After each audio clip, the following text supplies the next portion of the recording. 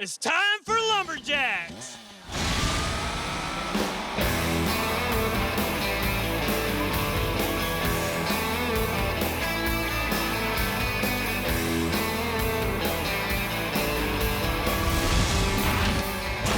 Lumberjacks is sponsored by Expo, only professional grade with 5-year warranty. Crown, protect, maintain, save. Dickies, quality workwear since 1922. Yamaha, rev your heart.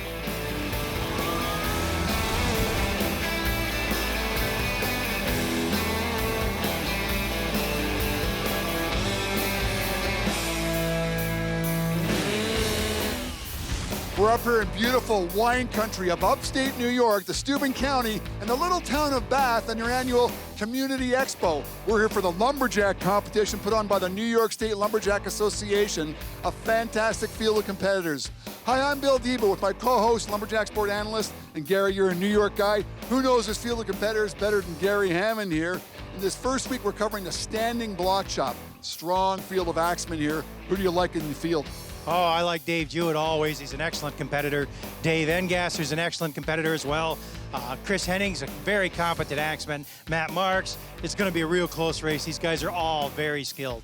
Now, in the women's single buck, which we're also covering this week, we've got some big wood here. We've got 18 inches round of white pine.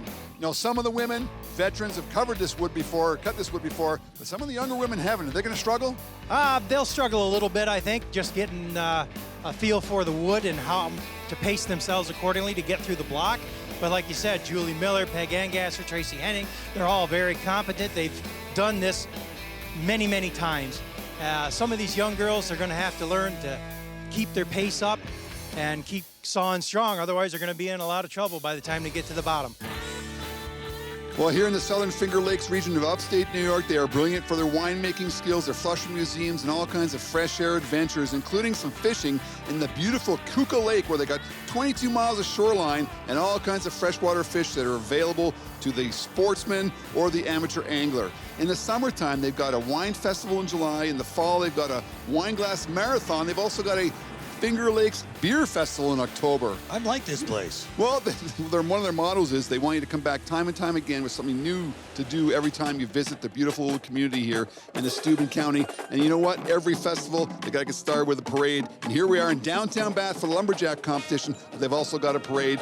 And no parade is complete with a bunch of bathtubs in advance of a bathtub race. And there are the bathtubs. There they are.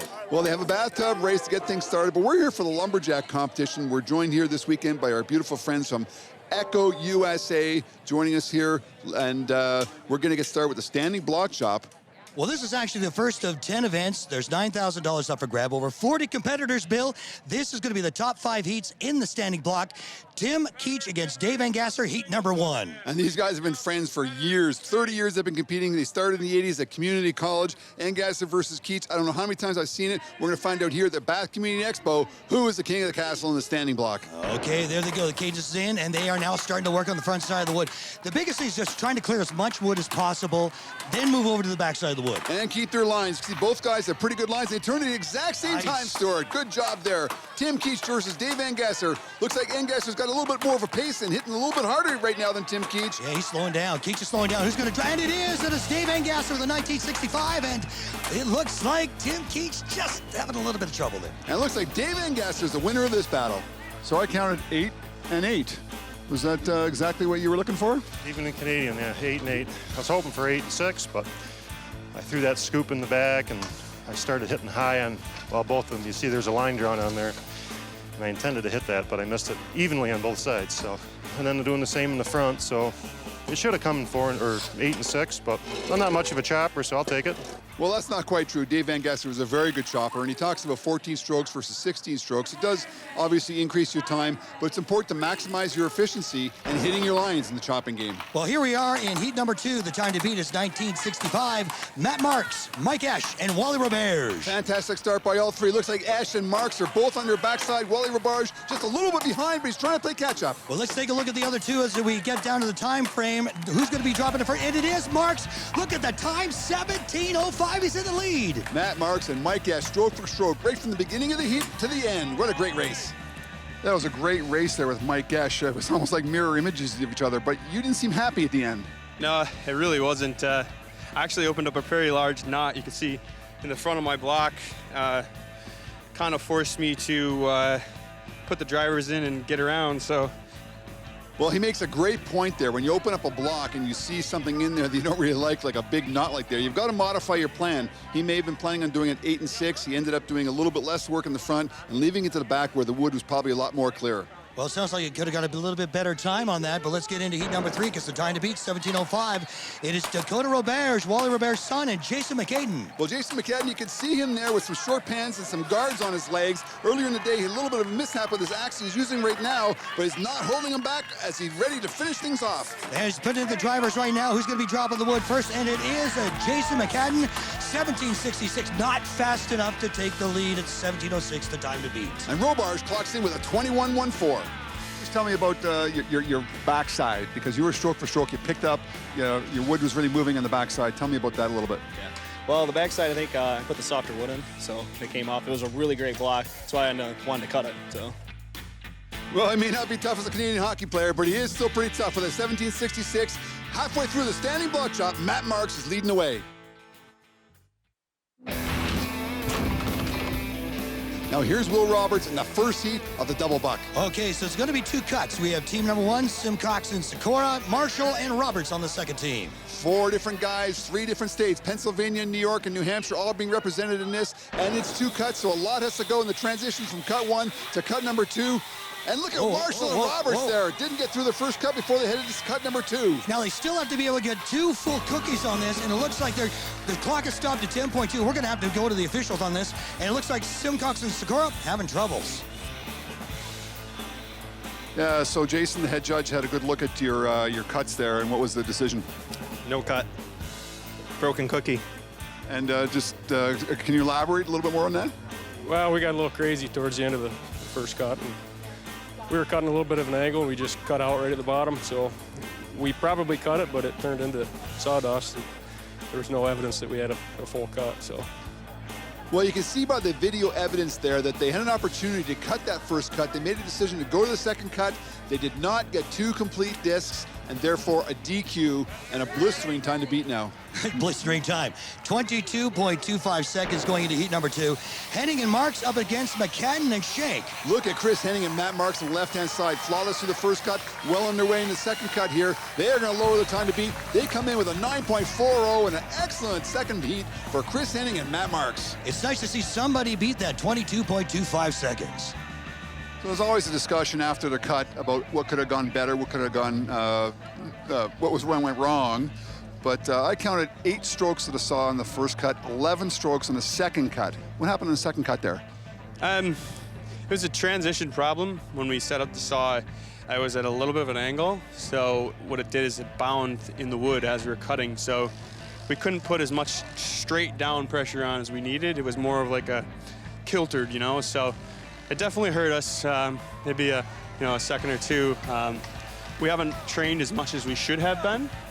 I think you're probably going to hear that quite a bit today, but I'm happy with it. I think we've cut better, and I think we can cut better, and as long as we know that, it's a good thing, right? I often hear a little bit of, it was my fault, no, it was my fault, no, it was my fault, no, it was my fault. It's a team thing, right? Oh, yeah, it's team all the way, but I think that was his fault. Well, in this game of double bucking with crosscut saws and a lot of veteran competitors, you can't make any kind of mistakes. 9.44 is the time to beat, set by Chris Henning and Matt Marks. Going into this last heat, you know the time's going to fall with these veteran competitors. Oh, especially when we got Engasser and Keach on one side, Moynihan and Jewett on the other side. Look at this race. Both pair of competitors on the exact same time. Oh, it's a photo finish. Both teams coming in under 7.5 seconds. And it looks like it's Engasser and Keach with 3/100ths of a second faster. So everybody else in that heat has got people holding the bunk logs. You guys got nobody, was the log moving a little bit? Nobody holding your bunk log. Yeah, that's a good point. It's probably a good thing we didn't realize that, but we had to change the log at the last second, so we were sort of rushed. And sometimes when you're at the last second, everybody's set. And Stumpy and I stayed focused, though. Sometimes you have to be able to adjust on the fly. Whether there's no wedger for you in the single or there's no one holding the log, you just got to be able to go. You know, you haven't, I know you've worked a lot with Dave over the years. You're not his regular partner, but just tell me about your style working with Dave's. Dave and I had the same teacher from college and the professional circuit, so it works out because we all saw the same, so all of us can step in for each other. It's not a big issue at all. Thanks for your time, guys. Thank you. But what a fantastic race by 4 competitors from New York State. Keach and Angasser just edged out their buddies Jewett and Moynihan by 3/100ths of a second. Back here in the Steuben County of upstate New York, a beautiful little town called Bath for the Community Expo, held every May. We are here for the lumberjack competition. Earlier we had the men wielding the razor-sharp single-buck saws. Now we are heading into the women and the underhand chop. You know, when you take a look at the shot and you pull back a little bit, we have 7 competitors. Seven competitors, side by each, all the way down. We're going to be taking a look at 4 of them, and we're going to be watching Andrea Roberge, Mary Reeder, Tracy Henning, and Alex Miller. They're going through 10 inches of aspen. Some excellent choppers here. In this heat, I'd like to choose probably Tracy Henning to win this heat. She's probably the class of the field here. But we've got Andrea Robarge in this heat. She's been competing in the sport. She's there on the left-hand side. She's been competing for probably 25, 30 years. She's got her son, Dakota Robarge, competing in this competition as well. You know, you can see the big difference between somebody who's done this before and somebody who's getting brand new to it, especially with the cadence, and they're counting it down. When the axe hits that wood, you know their timing's in. Andrea Robarge has made her turn first. Tracy Henning right behind her there. Hopefully Andrea did her homework on the front side, because I know Tracy always does, as Tracy looks like she's running out of gas, and Andrea's ready to drive things off. The biggest thing is you don't want to do all your work on the back end. You got to do it on the front end. It cuts the time. And look at the timing there at 38.22 for Henning. And you can see Andrea, her axe is sticking at the very end. She's running out of gas. Just tell me how important it is to do your work on the front side, because Andrea turned way ahead of you. Looked like she was leading, but in fact, she wasn't really leading, right? I always do extra work, and in my head, I can hear them turning, and I'm like, ha ha, because I just know I have to do that work, because I might get tired on the back. It might be harder in the back, so I always do extra work on the front. Just tell me overall, you know, it was a pretty good field of competitors in that heat. Just tell me about overall going into that heat. What do you think you're going to do? Before I started, I just, I had to go 4 big hard hits and then go fast. I planned it all out before. Nothing like great planning when you're chopping through a 10-inch round block of trembling aspen. Every time I interview Tracy Henning, I ask her if she's done the homework on the front side, and every time she answers, the answer is yes. Well, it's interesting. She says, because I'll run out of gas on the back side of the wood. And it's very important. Now we're looking at 4 competitors coming up for this heat, and we're going to be watching Peg Angasser and Julie Miller. This is also the 2 top competitors, Peg and Julie, going head-to-head here. They've battled each other many times over the years. Excellent style, excellent technique, and good speed for both these competitors. I'm amazed how fast you can actually watch their swing of the axe. You see Julie Miller on the tank top there. She lost her balance. Looks like Peg Angasser made her switch over to the backside. Julie Miller sticking with her right on the backside as well. Now remember, the time to try and beat is 38.22, so let's see how well they do. Watch the clock in the corner, because it's going to be very, very close. Now, most important, when they get tired of it, they got to keep their lines. They got to make sure that every swing of the axe hits their mark. And looks like Julie Miller just edges out Peg Angasser and wins the underhand chop in the women's division. And beating out Tracy Henning by 2 seconds. Nice cut there. Good field of competitors going against Peg Angasser. Yeah. You got to be happy to win that heat. Yeah, I'm super happy. Been kind of trailing Peg all last year, so it's nice to come back and have a good chop on the first show of the year and get one from her. walk me through your backside there. You know, because you had the lead there, but you kept your focus and hit your lines. I did. Usually my strategy is to do all my hard work on the front. So when I turn, I can do a little less work on the backside, and it paid off. I had a few mishits on the backside, if I remember correctly, but it came together somehow. Thanks for your comments. Thank you. And take a look at the scoreboard for the women's underhand. Tracy Henning actually ends up with a 38.22, but Julie Miller, first place, 36.19. Well, I've mentioned a few times, it's the New York State Lumberjack Association that puts on these competitions. They're also responsible for the cleanup, and there's no harder worker than Julie Miller. She's handing out some of those souvenir discs to the kids in the audience as part of the cleanup. Well, I tell you what, there's going to be more discs flying through the air, because we're moving on into the hot saw, 3 cuts, 12-inch round, heat number 1, Gretchen Sikora and Kevin Moynihan. This is man versus woman here, and Gretchen Sikora is fast through the first 2 cuts. Kevin Moynihan is a little bit slower. Gretchen Sikora, her chain comes off, and Stumpy Moynihan wins the heat with a 7.66. So in the warm-up session there, I saw Chris run in and help you out with a loose chain. Just tell me about that stress that happens. Yes, it loosened up and the chain loosened up a lot. We did not have all the tools to retighten it up. We quick grabbed from neighbors. We got 2 of the 3 bolts to more or less be tightened. And unfortunately, I cut out, I think it was on my first cookie, so I needed to actually get 4 cookies in there. If I'd managed to cut 3 cookies, I think I would have been okay. But yeah, stress to get the chain off at the end and stress that it loosened up at the beginning. Absolutely disappointing when your chain comes off, but there's nobody to blame but yourself and maybe your husband, Chris Sikora, as well, for making sure that that saw is ready to go at the appropriate time. Kudos to Stumpy Moynihan for coming with a 7.66, finishing the race, because you never know what's going to happen to your partner. Because here we go, heat number 2. We got Tim Keach and Jason Shank. Veteran competitor Tim Keach running a 190cc motorcycle engine. Oh, look at the chain coming off Jason Shank as Tim Keach comes in at a 4.06 and takes the lead in the hot saw competition. So Jason, a pretty good run going so far, or as it was going. Just tell me what happened. Yeah, I think I just stuffed it in the wood a little too hard there, and chain came off. I thought I had it on there tight. That's the first time chain's ever come off on me.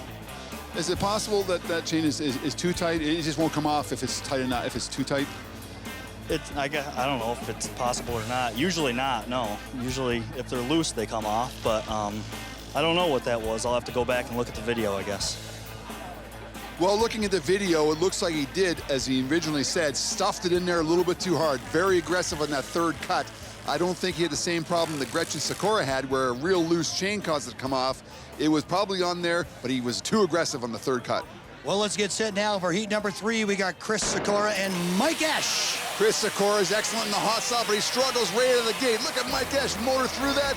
Mike Esch gets 4 cuts done in 4.8 seconds, and Chris Sikora struggling.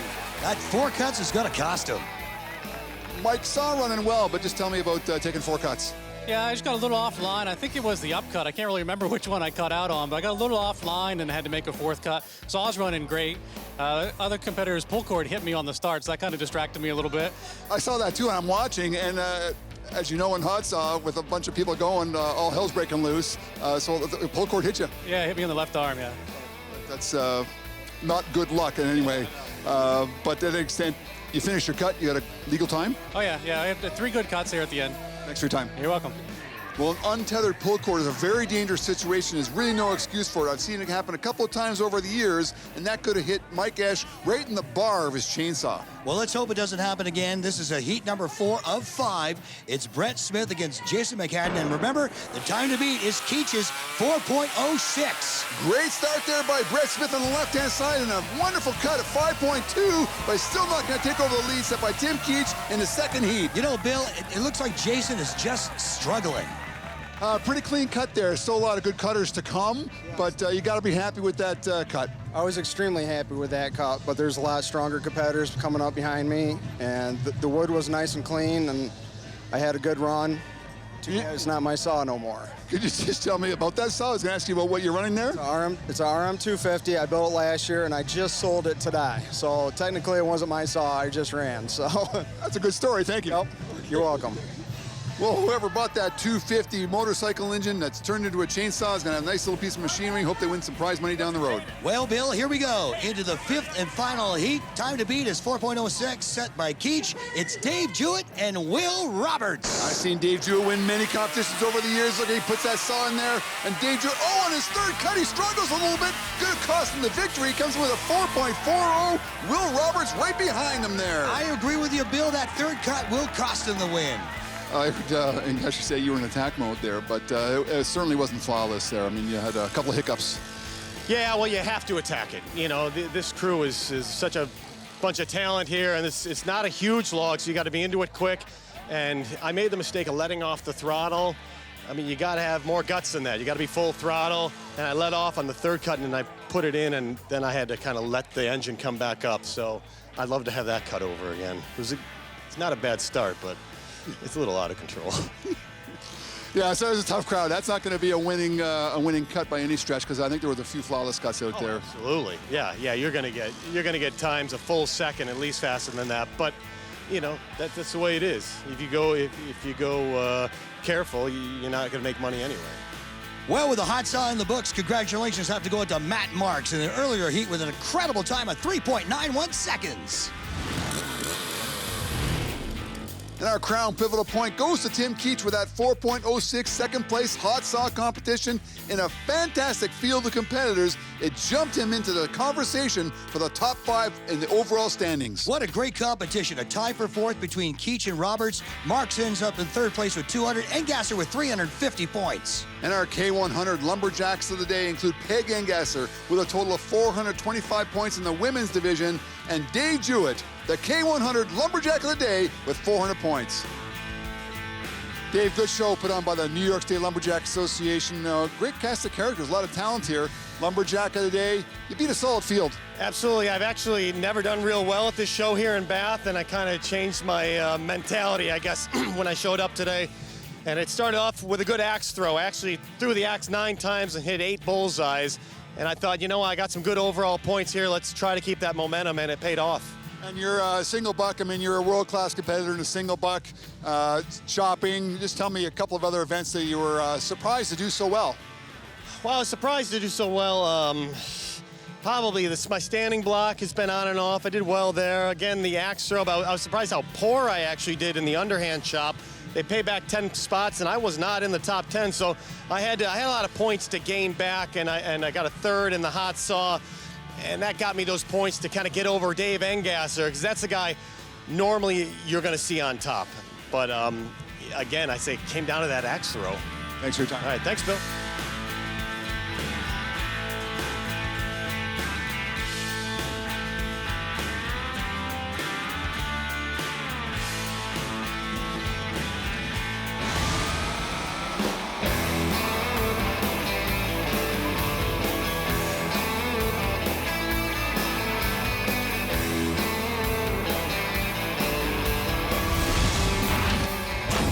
Lumberjacks is sponsored by Echo, only professional grade with 5-year warranty. Crown, protect, maintain, save. Dickies, quality workwear since 1922. Yamaha, rev your heart.